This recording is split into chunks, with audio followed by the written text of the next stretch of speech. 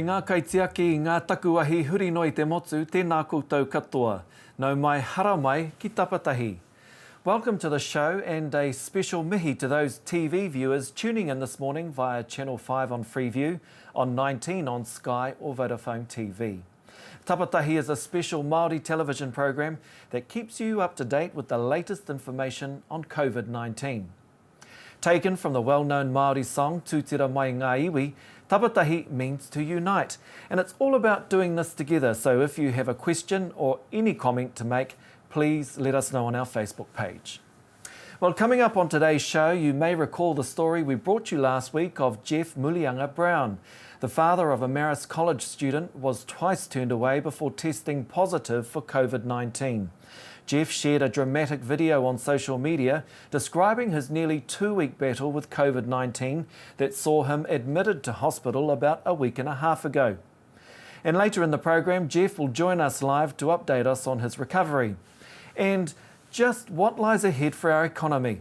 Even though the government is working hard to limit financial damage from COVID-19, what will the outbreak mean for working mums and dads and business owners? But first, here's what you need to know in 30 seconds. Well, it's day 12 in lockdown. There are 89 new cases, 48 are confirmed, 41 are probable. 156 have recovered, which takes our new total of cases to just over 1,000.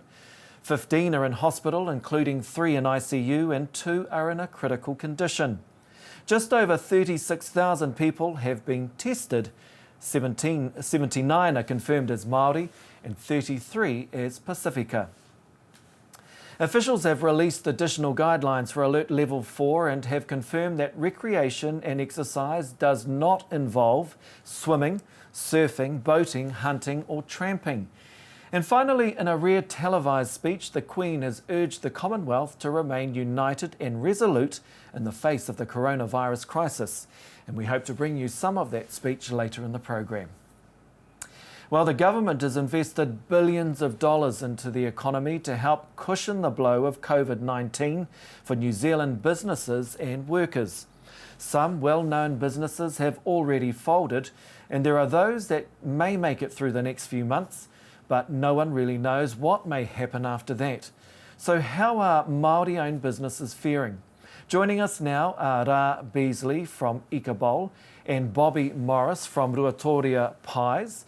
And joining us by phone is Haki McRoberts, the chair of Te Kaha Landowners Group, which is in the middle of the kiwi fruit season. Tēnā koutou katoa. Kia ora. Kia ora koe. Kia ora koutou katoa. Ra, let's begin with you. Ikabol was one of the many Auckland-based food outlets that obviously were forced to close down during lockdown. How are you faring? I think the main concern I have is there's so much uncertainty going forward. Like the lockdowns only just happened, so there's no telling on what the ramifications are going to be. So for us to have this month to plan what the future holds, it's just incredibly hard to try and plan that. So I think it's still too early on, but I feel from my perspective there's going to be a lot of pivoting needing to happen, and especially for the hospitality industry, because we rely on physical, people to be there physically for us to offer our product and make a livelihood of. Yeah. Tell us about your situation. You have 3 food outlets in Tāmaki Makaurau here in Auckland. How many staff do you have, and how have they been impacted?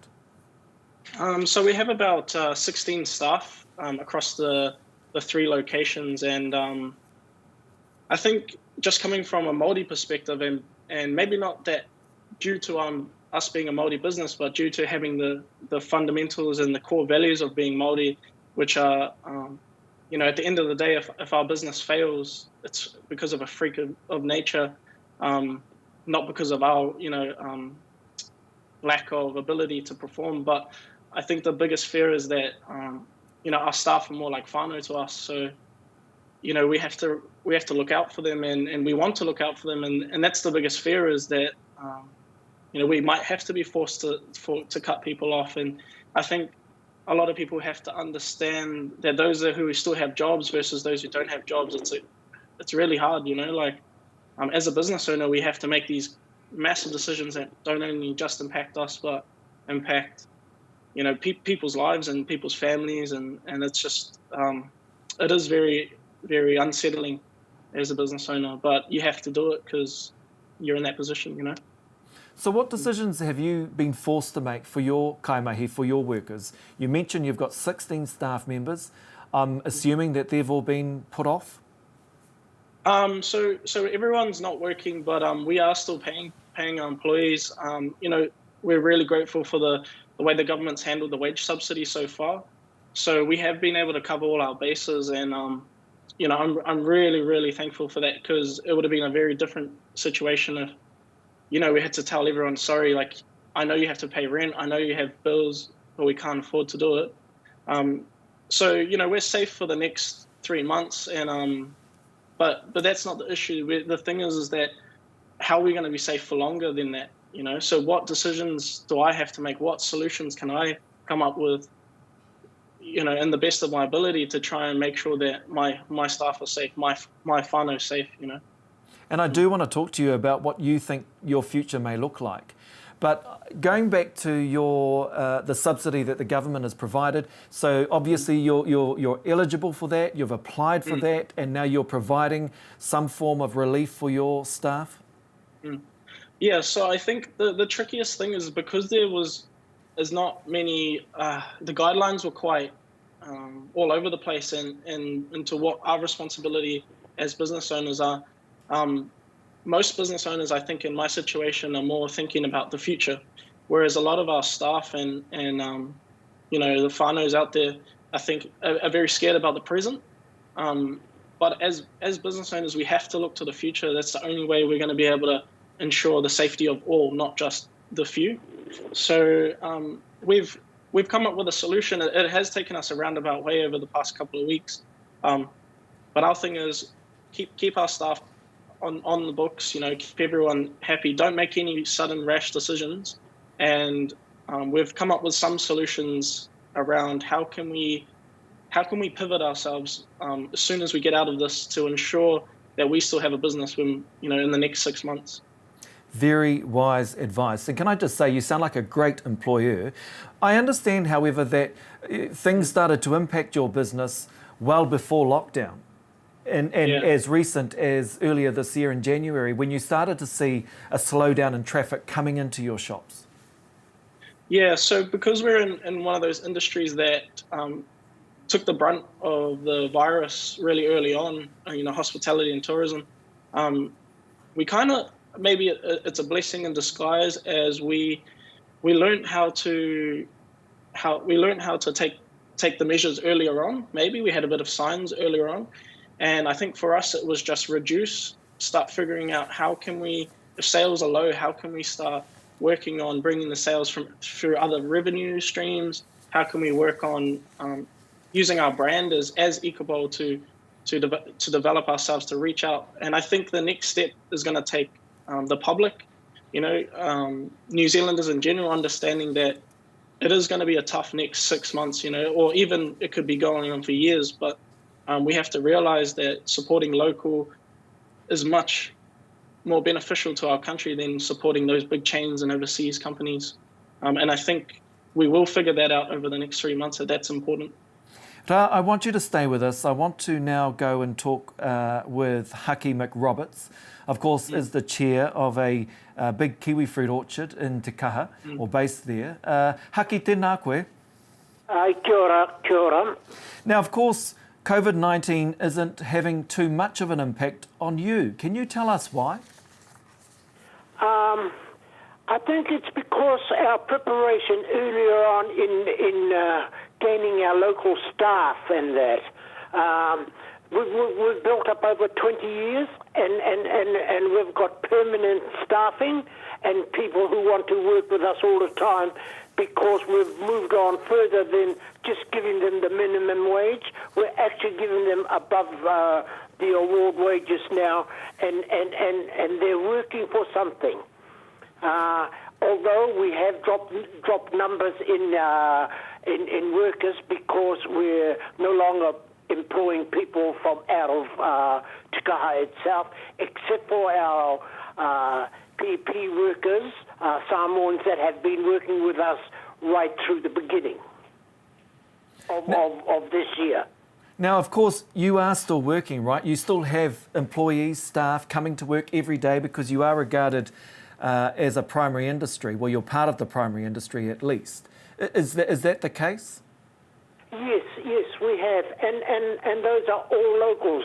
We've also had people from Tapatahi here going into Āpōpō to work in the pack house, packing the fruit to go overseas.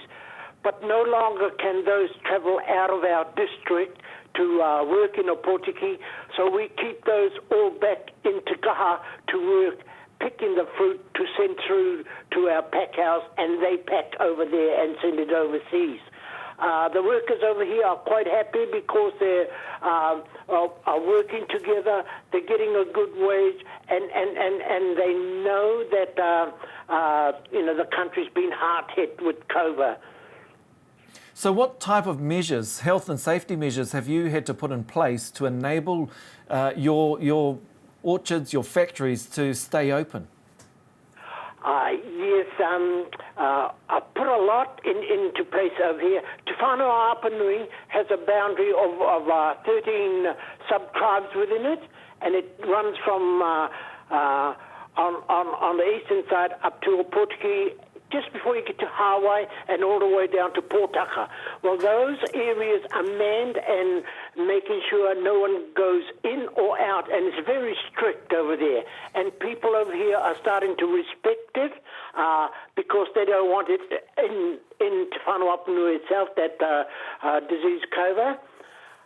So people are starting to behave themselves, and only special people are allowed out to do the shopping for us.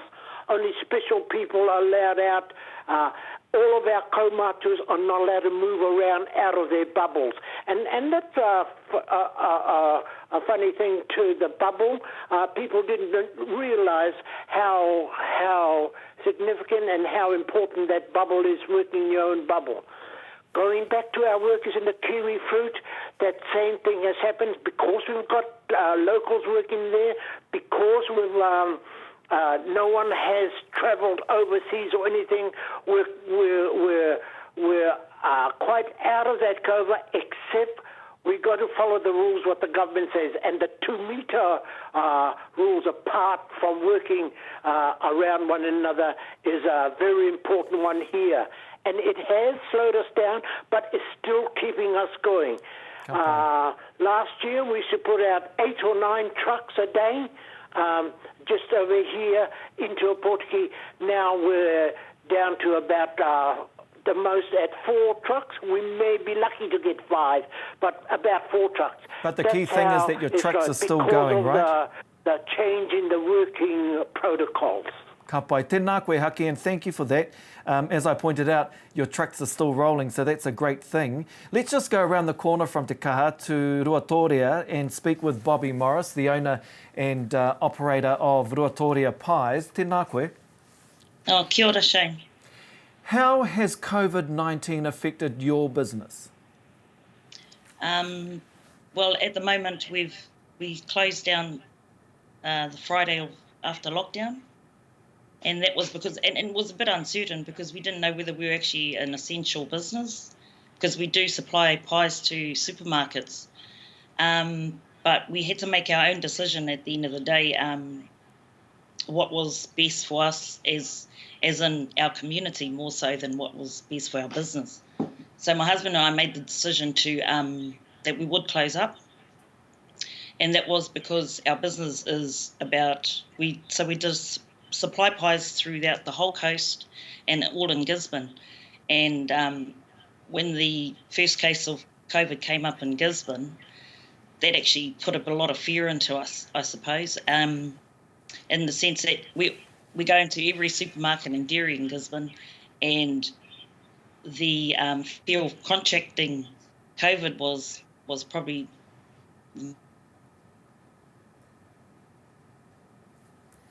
Oh, and it looks like we've lost connection there to Ruatoria with Bobby Morris. I want to bring you back in, if I can, please, Ra. And you mentioned the future earlier in our discussion. And while it may seem a little bit early in the piece, what do you think the future holds for you and your operation?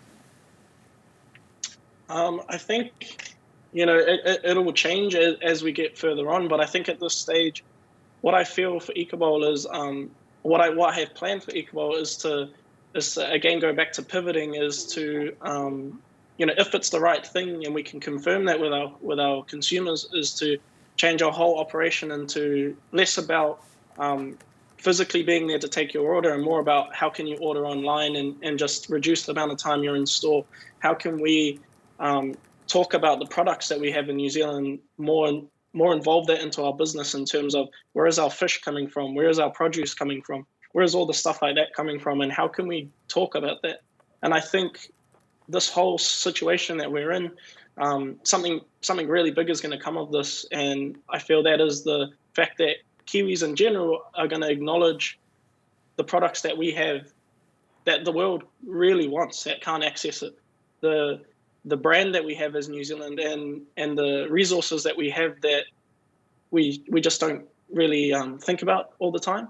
And I think as business owners, we have to embrace that, championing the fact that what we have and where it's coming from and how clean our environment is, and the fact that we've come and woken up to that, I think that's massive.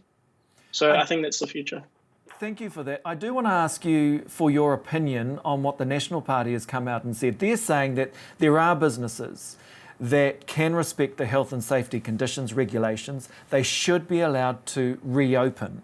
And that might be via online or in some other means or form. Do you support that call, and would that be something that you would be pushing for Ikabowl? I think there's two sides of that coin. I think in the first place, some businesses, unlike me, can't afford to be closed, if you get what I mean. So I understand that some people, I started my business when I was 20. I'm 23 now. I don't have any children. I don't have a mortgage. I don't have these kind of things. But, I think it's important to understand that, business owners are in trouble. But I do think that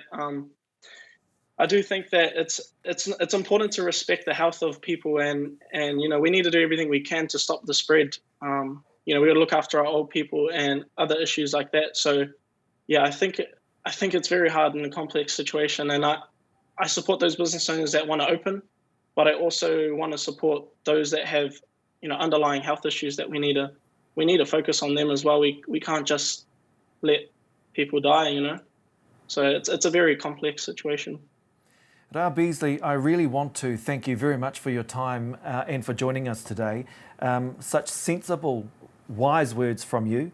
And we do wish you all the very best. Of course, we will stay in contact with you as we continue on this journey. So thank you very much. Me te mihi anō ki a koe e te pāpā Haki McRoberts, e mihi atu ana mātou ki a koe. Me tō whakawātea i a koe anō ki a mātou i tēnei ata. Ai, kia ora koutou katoa. And unfortunately, we lost contact with Bobby Morris. We couldn't restore that contact with her, but we will follow up with Bobby over the next couple of days just to finish off that story in regards to ruatoria pies, one of my faves, I have to say. Anyhow, the Māori economy, moving on, is estimated to be worth over $50 billion. Māori own 50% of the fishing quota, 40% of forestry and 10% of kiwi fruit. Tourism, housing, geothermal and digital are also growth areas. But COVID-19, as we just heard, has put the brakes on many businesses. To unpick some of the puzzle for us is Taurua Grant, a financial commentator and chief executive of Ngāti Whakautua Assets Trust in Rotorua. Tēnā koe. Tēnā koe, nei ngā wai o Rotorua nui a karawhiunga mai e mihi atu ki a koe. Tēnā koe, what is this going to do? What is COVID-19? And it may seem like a rhetorical question. It may be too early to even answer that. But from what you're seeing right now, Taurua, what sort of impact is this going to have on Māori and the Māori economy? I think it's, I mean, yeah, like you said, you know, get into a crystal ball, but I think it's going to have a really big impact. When I say big impact, and not only will it slow down, etc., but it's more the fact that it's going to be such a long and slow recovery. And so I think it's around starting to manage our expectations of what this is going to look like once the lockdown or the restrictions come off. It's not going back to normal. You know, we're not coming out of the 4 weeks and then ka hoki atu ki te mahi. A lot of us won't have mahi to go back to. And so, yeah, the recovery will be long and slow. And unfortunately, as you point out, you know, we're big in the primary sector, and those are the jobs that will take a long time to come back online. Other commentators are predicting high unemployment, even higher cost of living. These are the types of challenges that we are set to face once we get through the current situation we're currently in. Do you agree with those predictions? Yeah, definitely high unemployment, and as I say, it'll drag on. And then because of that, then naturally you get these other impacts, social impacts that are going to impact our whānau and our marae and the way we do things. You know, the longer you go without a job, then as we all know, then it has these other implications. So there's some really big challenges, not only for Māori in our households, but you know, we can go up level. There's big challenges for our marae, there's big challenges for our marae community, and there's big challenges for our iwi. How do we approach this? How do we create jobs that may not exist for a long time? How do we put our people back into employment? Because what strikes me is that despite the relief, and look, the government is investing billions of dollars, right, to try and soften the blow to business, but also to help working mums and dads as well. Even if we're all to get through this lockdown period, at the end though, what are we going to be facing? And you talk about a period of recovery. Yeah, exactly. I mean, if if I think about, well, ki tā haukainga nei, tourism is a key part of our economy. Te pūtea, etc. A lot of our businesses here being closed down, they will open up, but the tourists won't be there for a long time. You know, international flows aren't going to come for a long time, so that job won't even be there. And who knows when tourists will start to come back in, because a lot of these when these big kaupapa hit us, it's about confidence. It's about consumer confidence, business confidence. So myself as a consumer, I'm not going to travel straight away when the restrictions come off until I'm certain that my job is there, until I'm certain that I can go overseas and not worry that I'm going to pick up something overseas. You know, do I even want to go on a plane in the immediate future? So that's the challenge. For example, the tourism industry. Well, international tourists want to come here. I wouldn't have thought so in the near term. So what's your advice? And that may be the billion-dollar question, right, that everyone wants the answer to. But what's your advice? Because I suppose I'm trying to link this back to mums and dads watching us right now. And as we encourage them every day to follow health advice so that we can come out of this lockdown period and then start the recovery process, is that a piece of advice that you also would share? Yeah, and it's hard, to give general advice when there's so many differing situations. You know, at its simplest, you would say, hopefully our whānau, where possible, are budgeting and seeing what this might look like and what it might look like if it drags on. You know, and for a lot of our whānau, well, that's easier said than done, because they're already in a tough situation going into COVID. And all of this is just added to that stress. And so hopefully, that's what I said, I'm trying to encourage the important role of our iwi, because they, in my opinion, yes, we have the government agencies, but our iwi and our Māori entities, they're the ones that probably can more easily connect and tap into our people to try to direct them to the appropriate services. We shouldn't be here to solve all the problems, but hopefully we can be the conduit so that our people can start to find the services they need, the support services, quicker. Well, let's talk further about iwi organisations and PSGEs as an example, most of whom will have invested a lot of money, right, into various forms of investment. Now, they'll be facing big decisions and big challenges right now too. What is your advice to them? Yeah, so, and we're experiencing that too, that, you know, it hits you in two ways. You have asset valuations that are being hurt. You know, you own a forest or whatever that's worth half the value at the moment.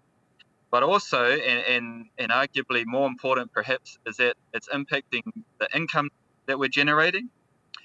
And that's generally the income we rely on to then feed out and support our people through various initiatives. So the key,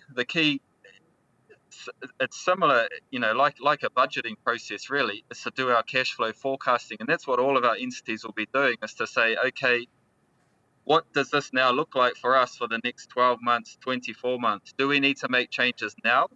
Or are we able to keep status quo, keep our current initiatives going, but looking 12 months ahead, realize that we're going to have to shave the budgets on some initiatives? Or, and this is probably starting to get a little bit technical, but our iwi our iwi entities will start to say, we might need to look at different assets. We might need to look at assets that can give us an income, because forestry's not going to give us an income in the near term. So look at alternative assets. And unfortunately, that might mean that we can't go into startups or things like that to maybe support our Māori entities, because there's less certainty when you go into startups or those younger entities that they can generate income. It's higher risk. And I would suggest that probably a lot of our entities are trying to take away some risk at the moment, trying to take away some uncertainty, so that they can be a bit more confident about what they can and can't do. And so that will have impact. Like I said, take it back to confidence. We're not as confident and we're not really willing to take as much risk. Well, that means we're not willing to expand operations. We're not willing to employ people. We're not looking to take on some of those initiatives, which will feed down to our whanaunga. I want you to think back to 2008, the global financial crisis, and when that hit, and the way in which the Māori economy dealt with that and then came out of that. Compare those times to now, and what can we expect to see? Yeah, I think that was quite different, and by and large, I would say New Zealand at the street level didn't really feel it like we're feeling it now. You know, it had a massive effect on our banks. That fed through indirectly to us, because maybe, you know, they were less likely to lend, and maybe the cost of, you know, loans, etc. But we weren't really losing jobs, etc., like we were now. We weren't being forced to well, definitely weren't isolating. So it had a different impact, and I would contend that this is going to be a lot more hard hitting.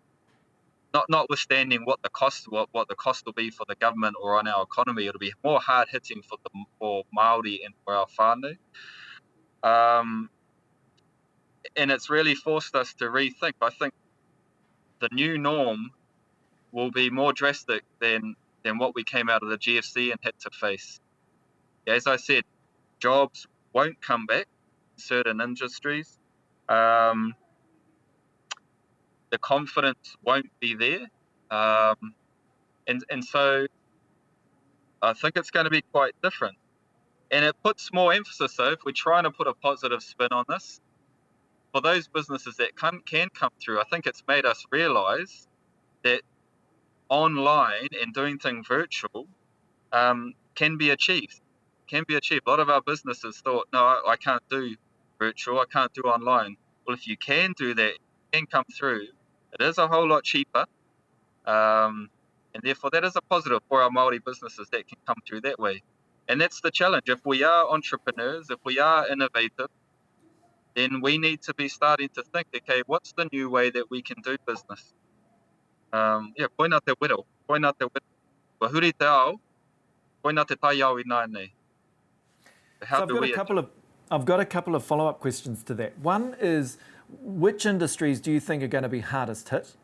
And two, and I'm asking you this question now just to give you a bit more time to think about it, but in terms of the impact on Māori, and you've described it as significant, it's going to be significant, we're going to see significant impact. But how many businesses do you think, or Māori businesses, do you think we may lose as a result of this crisis that we're currently in? Yeah. What was the first question again, sorry? The first question was the industries that you think are going to be hardest hit. And you mentioned earlier, primary industry, that's going to be a key sector that will be affected. What others, if any others, do you think? Yeah, so primary, and we think about why that is. If for example, we're looking at horticulture, well, what do the restrictions look like when we come out of this? Can our kiwi fruit packers, do they have to keep 2 meters, distancing again, or is it 1 meter, or is it back to normal? So if things are back to normal, okay, ka pai, then that can carry on. But then we say, okay, so how does it impact businesses, not just from a practical point of view, but obviously there's demand and supply. So is the supply chain still there? Can we easily get our product overseas to China, etc.? If we look at China, for them as the buyers, are they still there? Are they still there at the same volumes? Or is it slightly less because they're going through a recovery themselves? So they're slowly picking up their appetite, which means that they don't want as much yet. Okay, so then feed that back here. And if I'm an employer, I'm not going to take on my full workforce straight away until I have certainty that I've got a buyer on the other end. And so that's what I'm saying. It'll be a slow recovery because our horticulturalists, our forestry crews will start off slowly. They'll take on a skeleton crew, see how they cope with the workload. And then if they think that there's more demand, then they slowly start to hire. So it's just a slow, staged recovery. That's what I was referring to. If I think of other industries, tourism was going to be massively impacted. It's obvious that the international flows will take a long time to recover. But even, meha maka pātai au ki a koe, are you going to take your whānau, off on a cruise down to the South Island straight away? I think probably not, because you're still a little bit nervous. We are all a little bit nervous around venturing into, we've been living in the pātu wata, of what is it, very limited. Taurua, I'm sorry, but unfortunately we are out of time now, and probably just as well too because of that unfair question that I asked you about the number of Māori businesses that we could lose as a result of COVID-19. But look, we'll have you back on the program, I'm sure, over the next couple of weeks, and we'll give you a bit more time to think about that. But e mihi atu ana mātou ki a koe, me tō whakawāte i a koe anō ki a mātou i tēnei ata, tēnā rawa atu koe. Kia koutou hoki, haipona. In a rare address, the Queen has urged people to rise to the challenge of the coronavirus pandemic. The 93-year-old monarch acknowledged the suffering that many families have experienced. The Queen also said people will look back with pride and our generation will be seen as a strong one. This time we join with all nations across the globe in a common endeavour, using the great advances of science and our instinctive compassion to heal. We will succeed, and that success will belong to every one of us. Across the Commonwealth and around the world, we have seen heartwarming stories of people coming together to help others, be it through delivering food parcels and medicines, checking on neighbours, or converting businesses to help the relief effort. And finally, our last story on today's program. Jeff Mulianga Brown was twice turned away before testing positive for COVID-19. His daughter attends Auckland's Marist College, which now has the country's biggest cluster of coronavirus cases of 66. We shared Jeff's social media message on last week's program, in which he described his 2-week battle with the virus. Jeff is now at home, in recovery, and he joins us now. Kia ora, Jeff. Jeff, can you hear me? Yes, I can. Kia ora, Jeff. Thank you for joining us this morning. And I think we're just having a bit of... No, there we go. I think we can see you nice and clearly now. Jeff, you're at home now, which is great news. How are you recovering? Look, I'm doing okay. I'm currently isolated in my bedroom for 2 weeks. And, just trying to kill some time while I'm in recovery. I'm not sure if you're operating your phone or if somebody else is, but if we can just... Oh, there we go, so we can see your full face if we can. Thanks, Jeff. Look, Yes, obviously, you know, you're recovering now, which is great, but there has been some disruption, you know, with you returning home. You were up quite early this morning when you and I were messaging each other on Facebook. Yeah, this COVID-19 has disrupted my sleep pattern, so I sleep during the day and I'm up in early hours of the morning. So yeah, it was good to connect. So can you tell us, obviously you attended an event that the school had hosted, you then fell ill, you were then, and obviously we've talked about, well, we heard your message of last week around being turned away for testing. I suppose I really want to know what it felt like in terms of you having the sickness and contracting the virus. What were you physically feeling? But the biggest thing is it just zapped my energy. I had a fever. I had a cough. But yeah, just lethargic and just found it hard to do anything really, to be honest. But everybody's different. There's a lot of people that have got mild symptoms. Mine were probably similar to theirs, and then but as the days went on, I coughed up blood, lost my sense of smell and my sense of taste. But a lot of the time I was just tired, really exhausted. And when I got when I sort of was struggling, I went to go get tested, but I got turned down twice. So you know, it was just difficult because I didn't know what I had, and didn't have anywhere to turn to. So I called the health line. I managed to get through, and they referred me to the hospital. I got tested, then I went to the hospital. But the biggest thing is just the unknown. Yep, the biggest thing is the unknown, really. Yeah. You talk about the unknown. How scared were you? Obviously, you were aware of what was happening around you and all this messaging that had been communicated via the media and what you were watching on TV. Testing positive. Just how scared were you?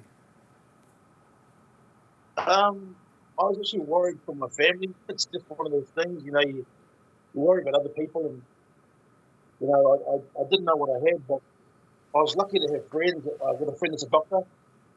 I rang him at 1 a.m.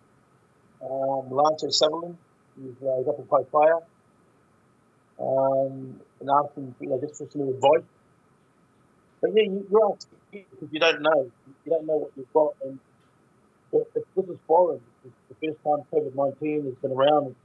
It's killing people. You know, it's a reality. People are dying, and so that's hovering over your head, and you know you're really just trying to stay strong and make sure that you listen to the doctors. The biggest thing is breathing. In my breath, that's what I got scared. You can't control that. That's Jeff, can I just jump in there? I think you may have your thumb over your microphone or your phone microphone. And I'm sorry to put you under all this pressure. And we appreciate you managing your own device now. But let's try that. Can you just share with us, if you like, what you were just saying? Yeah, sure. It's like I said, just not knowing what it is, and seeking advice from everybody. Like I said, I was lucky to get a hold of Lance Sutherland up in Kaimahi, and you know the bro helped me out. Gave me some peace of mind, what to expect, but no guarantees. You know, the breathing is the scariest part. Just not having control of your breathing, and really just fighting this thing on your own, really, like everybody else. I'm no different. Jeff, I'm really interested to know, and sorry to cut you off there, but